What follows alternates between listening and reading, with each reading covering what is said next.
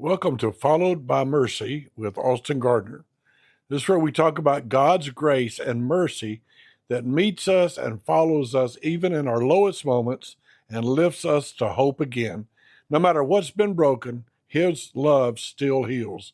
So let's move from pain to praise together, because surely goodness and mercy does follow me and pursue me all the days of my life.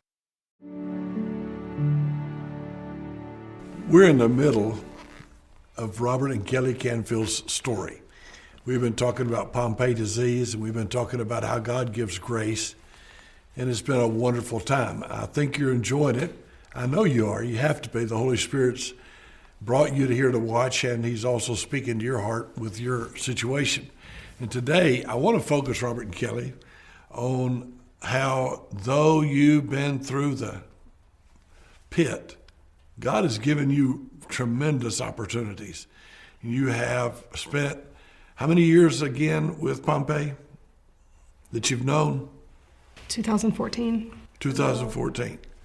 So that's 12 years right here. But in those 12 years, talk to us about ministry. How many times have you gotten to speak, and maybe your ability to deal with the disease even opened the door for you to speak?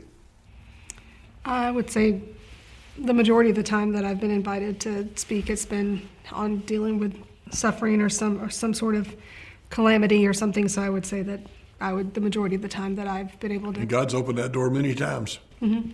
and in many places. Mm-hmm. And that would not have happened if you weren't suffering. So it's easy to come up with the idea, boy, poor me, and play victim. Do you feel like a victim? No, not at all. No, the Lord's been far too good to us in all of this for me to play victim, for me to feel like, woe is me. He's been really good to us in all of this. And Robert, do you feel like a victim? Sometimes I might, I'll be honest. Well, I want you to be honest. Yeah. I think people listening, they can spot fake. Yeah. I haven't always responded well, and I've done wrong. But you brought up the thing with ministries and stuff like that. I think one of the biggest things is Kelly said 2014 since she had Pompe, but she was diagnosed with limb-girdle before that. Am I? Well, what is that disease exactly? Well, limb-girdle is just a form of muscular dystrophy where your legs, right, your limbs, your arms, Mm-hmm. and this area right in here loses strength, and you just become an invalid. Pompe has, like you said at the first session, or the first one that we did, it just, the same area is affected, her Mm-hmm. legs and stuff like that. It's just a different reason why it. But so y'all dealt with that before you dealt with Pompe? Yeah, and so when the doctor told us that. Well, how far back was that? That was over 14 years ago. It was 14 and a half years ago, or maybe even more than that. Almost 15 years ago. It was 15 years ago. And so we were told we had limb-girdle, and then we're like, yes, and that's when you asked how long, and they said 15 or 5, 10, 20 years, we don't know. And then so I was like excited, we were excited that we had a name for it. And so Kelly, obviously, she asked, like, so what do I do? And he said, well, you just try to, like she said, have a good attitude. And then he referred her down to the muscular dystrophy clinic there at Emory University. Did he not? He said, Mm-hmm. you could go there if you wanted to. He was not, he didn't really say these are the steps. Because he thought he had it, right? Well, yeah, He thought he'd figured it out.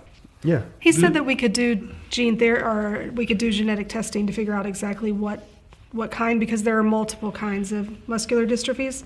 But at that time, insurance didn't cover it as an elect. It wouldn't be medically necessary, and at that time, genetic testing was exorbitantly expensive. I'm sure it still is, but Yeah. So we just left it at that. We just accepted that it was limb-girdle. So she wanted to figure out what she could do, and she wanted to figure out. And so whenever you go to doctors, right, they always have to, oh, that's great that he diagnosed you. We want to do our own diagnosis. And so we went to the muscular dystrophy clinic there at Emory, and we had several muscle biopsies there. Mm-hmm. And that. Wait a minute. People listening don't know what that means. So, Kelly, would you describe A muscular biopsy? Muscle biopsy. It's where they take a core sample of your muscle. What does it mean they take a core sample? They sliced you up, my thigh open about that much, and took a slice out of my thigh muscle and sewed it back up. So they cut out a big chunk of it. They did that one, and the other one they did like a core sample, right? Which means what? They drilled a hole in? It's like a screwdriver, but they take a core of your muscle, right? So it's not just a top layer. So they went down. That was painful? It was. Yeah. It was painful. It's still sensitive. It's still sensitive till today? When it's cold outside, I can So some people feel the cold in their bones. and I feel it in the scar tissue that's surrounding where they took that biopsy. When people go through sicknesses, it's not always the sickness that always they have to struggle with. You know what I mean? Sometimes it's the procedures. Sometimes it's the symptoms. Sometimes it's just like you're at the hospital by yourself. I remember when she had that muscle biopsy. I was like all by myself sitting down there. I was like, no one cares. You know what I mean? And so it wasn't the disease like that. Let's stop right there. No one cares. That is about as normal a thing to think. And I think the people listening would maybe feel that. I felt that. I mean, and I know it's not true. Yeah. You know, I know it's not. I mean, y'all have cared. The Lang and Faith have cared. The people at my church have cared. I'm not saying nobody, but boy, it can come, can it? Oh man, I'll never forget. She was in the operating thing. She was having the procedure. They put you under. They did, like a Twilight kind of thing. Yeah. And so I'm sitting out there in the waiting room all by myself, and I'm like, there's nobody here with me. And like it's like my mind went to the negative. You know what I mean? It just went to the no one's here with me. Boo-hoo, you know what I mean? And that's just I don't know. I know some people go to the hospitals and they don't have anybody around them. And a lot of times you just feel like there's no one's here with us. You know what I mean? This is just us. And it wasn't just the disease, you know what I mean? It was just then I guess the consequences of the disease that plays with the person's mind and heart. It's like the whole thing. And so we did that, and me as the husband, and this is not my, but I remember I'm like, I got to pay for all this stuff. And that put me in a tizzy. I would like run out to the mailbox before she could and try to figure out the bills so she didn't have to worry about it. So it wasn't just the disease that was a big issue. And she even brought up like insurance. There was insurance problems that she had. Like there would be months. Am I fair to say months? At least 1 month. Several treatments that you would miss. While I was waiting for prior authorizations, yes. So we had to deal with that frustration. So you deal with the finances and you deal with like there's nobody here, and it's just like, I mean, it's not just like, yeah, I got muscular dystrophy, or yeah, I got Pompe disease, and or I got this disease that just plays with the person's mind and heart. It's like, it's just so multifaceted. It is, and I do want to go back. I did say, you asked me if I'm tempted to live as a victim. In general, I'm not. But and looking back, thinking through these things, I am reminded of some times where I had really had to struggle, where I struggled a lot with. I talked to you about how the loss of the dream of living on the mission field and serving on the mission field, and I dealt a lot. We were in a church where it was very heavily missions focused, and lots of people were going to the mission field, and I dealt a lot with jealousy and envy for all the people that would get to go, and I'd have to stay behind. A lot of times, there were some particular circumstances where, I was even angry at, I would know of other women who had a bad attitude about getting to go, not wanting to go, and having to go because that's what their husband wanted to do. And I remember I'd just be so angry at them, not to their face or anything, but just internally. And then I'd be angry with the Lord, like, why are you letting her go when she doesn't want to go? And I've begged you, so there are times where that victim mentality did come up. But with the Lord's grace and help, that's fewer and further between now than it was in the early days. I'll come back to that in just a second. But something that I'm thinking about right now is you had one more massive, dark bit of news to hit you. And I know you know even now what I'm talking about, but our listeners probably don't. You found out you had Pompe's disease. You found out that it would limit the length of your life, probably. You found out you would be dealing with junk all your life, financial issues all your life. And then one day, you noticed something with your daughters. Yes, so Pompe disease is a genetic disease.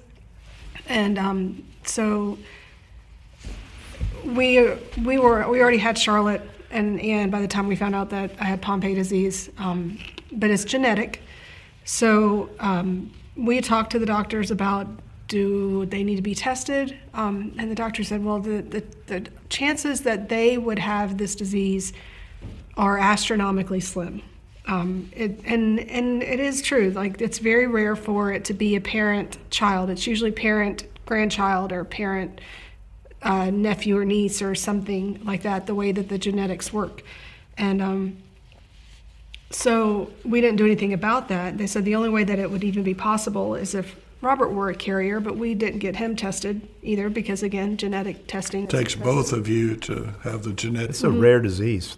I said, this is a rare disease. 1 in 40,000 worldwide. Was it the last State of the Union that Trump had in his first term? He brought up the person that had Pompe as a rare disease to use in the State of the Union.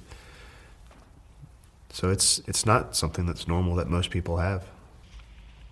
Yes, so with Anne, our second born, I started noticing some things that she met all the milestones. So the doctors weren't worried, but she didn't meet them in the same time frame that Charlotte met them. She met them later than Charlotte did, the walking and moving, and she always felt a little more soft. I don't know how to describe it other than Not that. the firmness of muscles. Normally.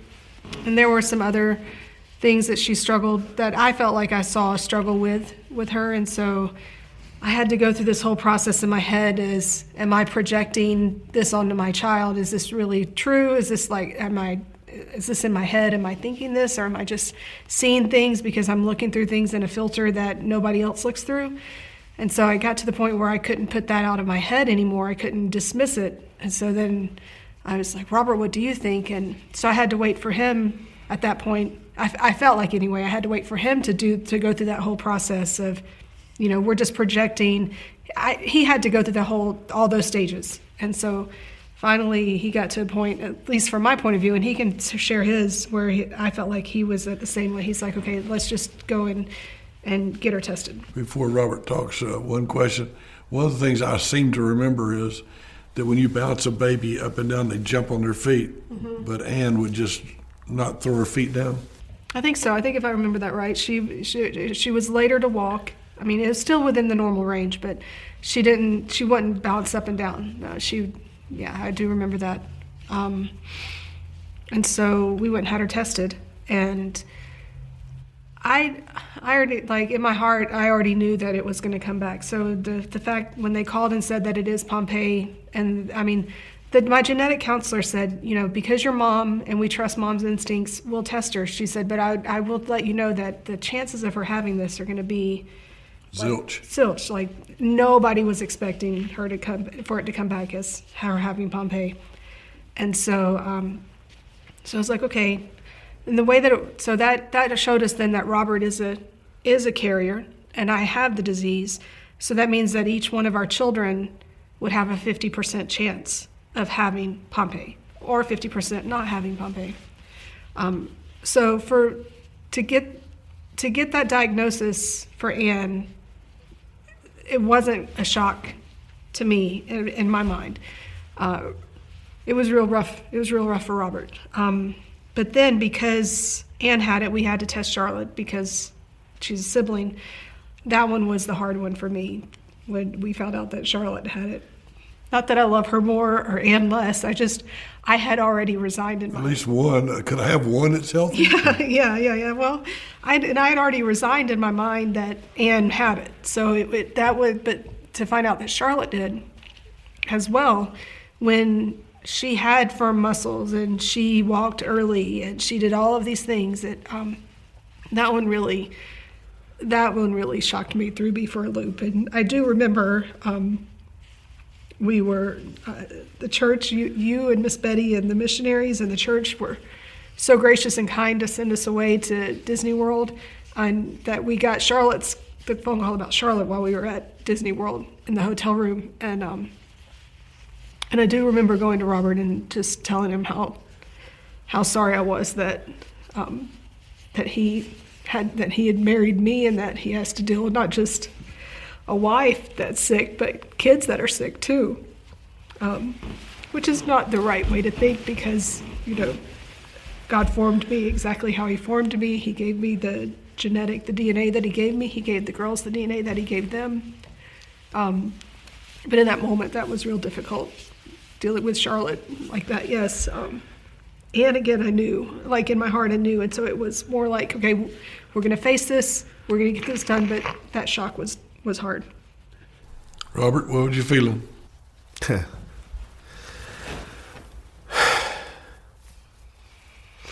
guess I still feel numb.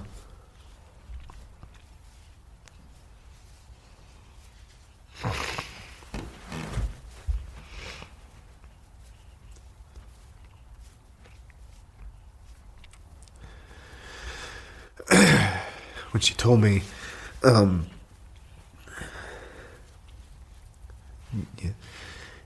you got to deal with the issue at hand, which is you want to encourage your wife. Needless to say, I think we ended that trip a little early. We came back a day early, yeah. Yeah. Nobody wants to give their kids something.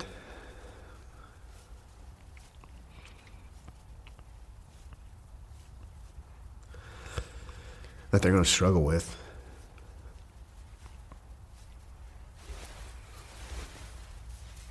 Nobody wants to cause their kid's life to be harder.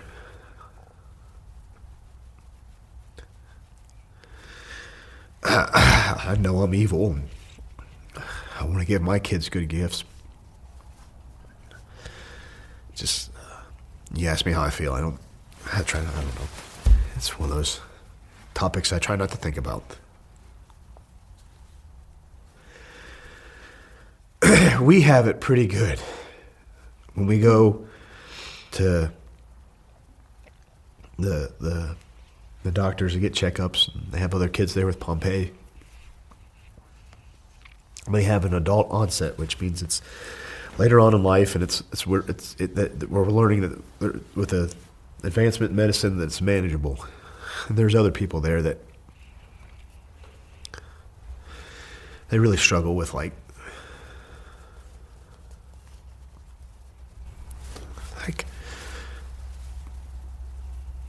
is their kid going to live type thing. Because if they have infantile, they die shortly, don't they? It just doesn't affect their muscles, it affects their hearts. Mm-hmm. When we take Charlotte and Ann to the muscular dystrophy clinics at Children's, the doctors, they're all just very pleased with how strong they are. They're like, they tell them every time we go, they're like, you're the strongest kids we're going to see today. So the Lord's been good to us even with their strength. He's allowed them to be really strong girls. Yeah. But there is a lot of people around the world that are hurting, and when you go there and you see them, and can't help but think that God loves them too. And so I don't know what to say about all that. Like I said, I think it's a good time, Robert. You currently, I've asked you over and over to let people know why you don't live on the mission field, and you're a missionary raising support. And I thought when I decided I wanted to interview you, I thought this might be a way people would find out the real story. you could say to them, watch the videos and you'll get our real story. So tell us the name of your ministry and what you do, just a little bit. We don't have a lot of time in today's broadcast. Yeah, it's called Taking the Light Ministries, and like Kelly said, we had the dream to go and to the mission field.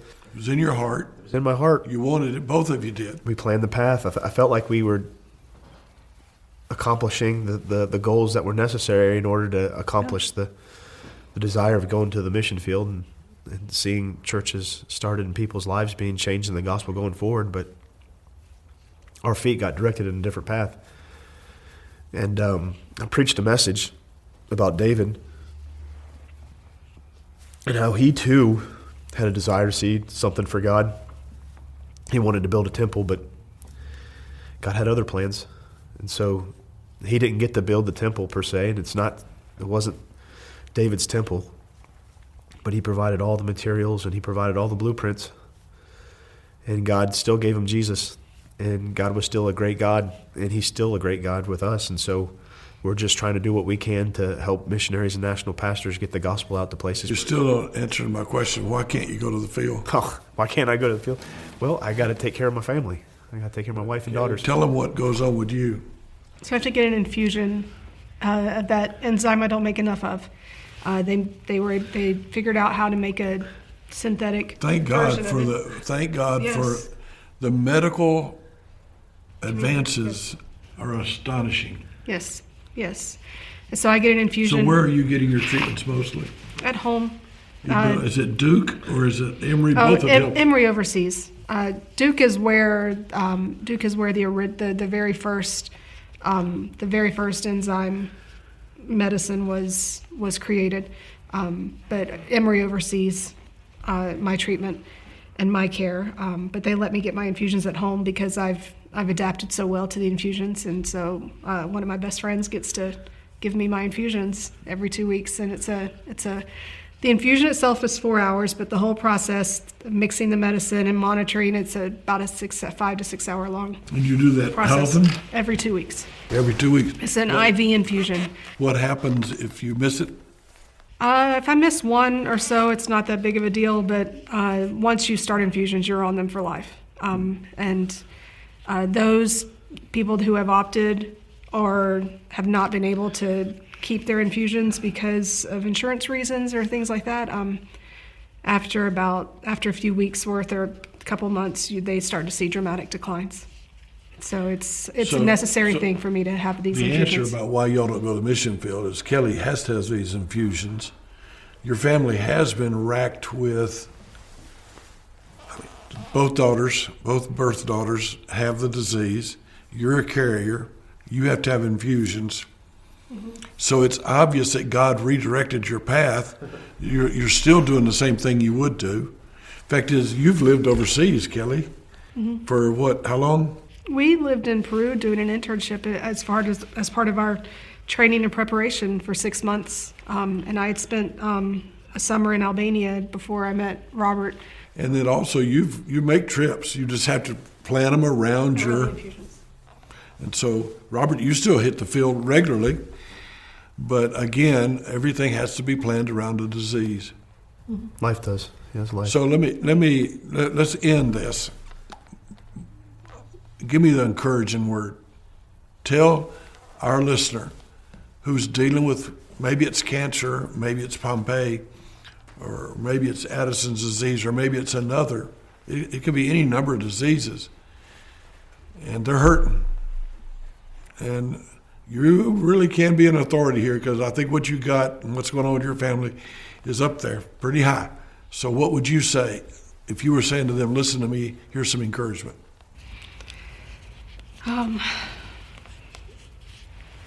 I'd say that your story's not finished yet, that God He'd love to be able to work in your life, and to use you and to use the story that He's writing with the things that you're going through to help others, and to use the comfort wherewith He's comforted you to comfort others. Sometimes, Robert, because I deal with my problems and my wife is my caretaker, I think it's worse for you than it is for me. It's worse for you than my wife suffers in a way I don't suffer. So could I have a word of encouragement for those who have to take care of a spouse? I would say word of encouragement that God hasn't left you. He's with you. He's teaching you. And if you come at it with his power and his spirit through his word, and you come at it with joy, I mean, you can have a sweet time still. The first question you asked at the beginning of this session was what ministries have you done? I think it's great that Kelly's got to speak to a whole bunch of different people, but I mean, we've been in a room full of doctors and geneticists, and they're saying stuff, and we're like, wait, this is what's God. We've got a lot of people that's been praying for this. I mean, we think that sometimes the biggest ministry platform is saying something in a church, but I mean, we've got to see God work great and tell other people that don't darken the door of a church, and we get to display, you know what I mean, to our family that we're going to have joy in this too, and they can wonder like, how can this person have joy?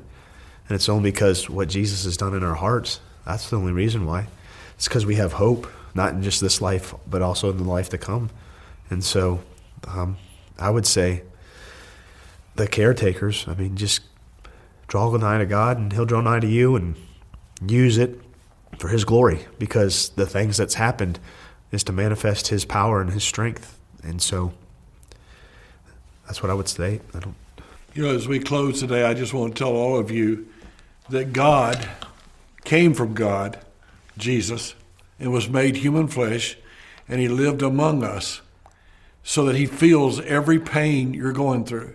He feels every desperation. He feels every hurt. He cares about you. And you are not alone. And if you'll just trust Jesus, who died on the cross to save you, was buried, rose again to give you eternal life, to let you know the Father. And I just want you to know that you don't have a Savior who's not feeling. He can be touched with the feelings of your infirmities. So if you need help, I want to help you. You can get in touch with Robert and Kelly and get in touch with myself. We want this to be a blessing to you. And I thank you for listening. Let me remind you, you are followed by mercy. The Bible says, surely goodness and mercy shall follow me all the days of my life. And no matter if I walk through the valley of the shadow of death, I don't have to fear evil, because he is with me. He's got a rod and a staff he's going to beat the enemy with. He's going to take care of you. So we love you, and God bless you. Thank you very much.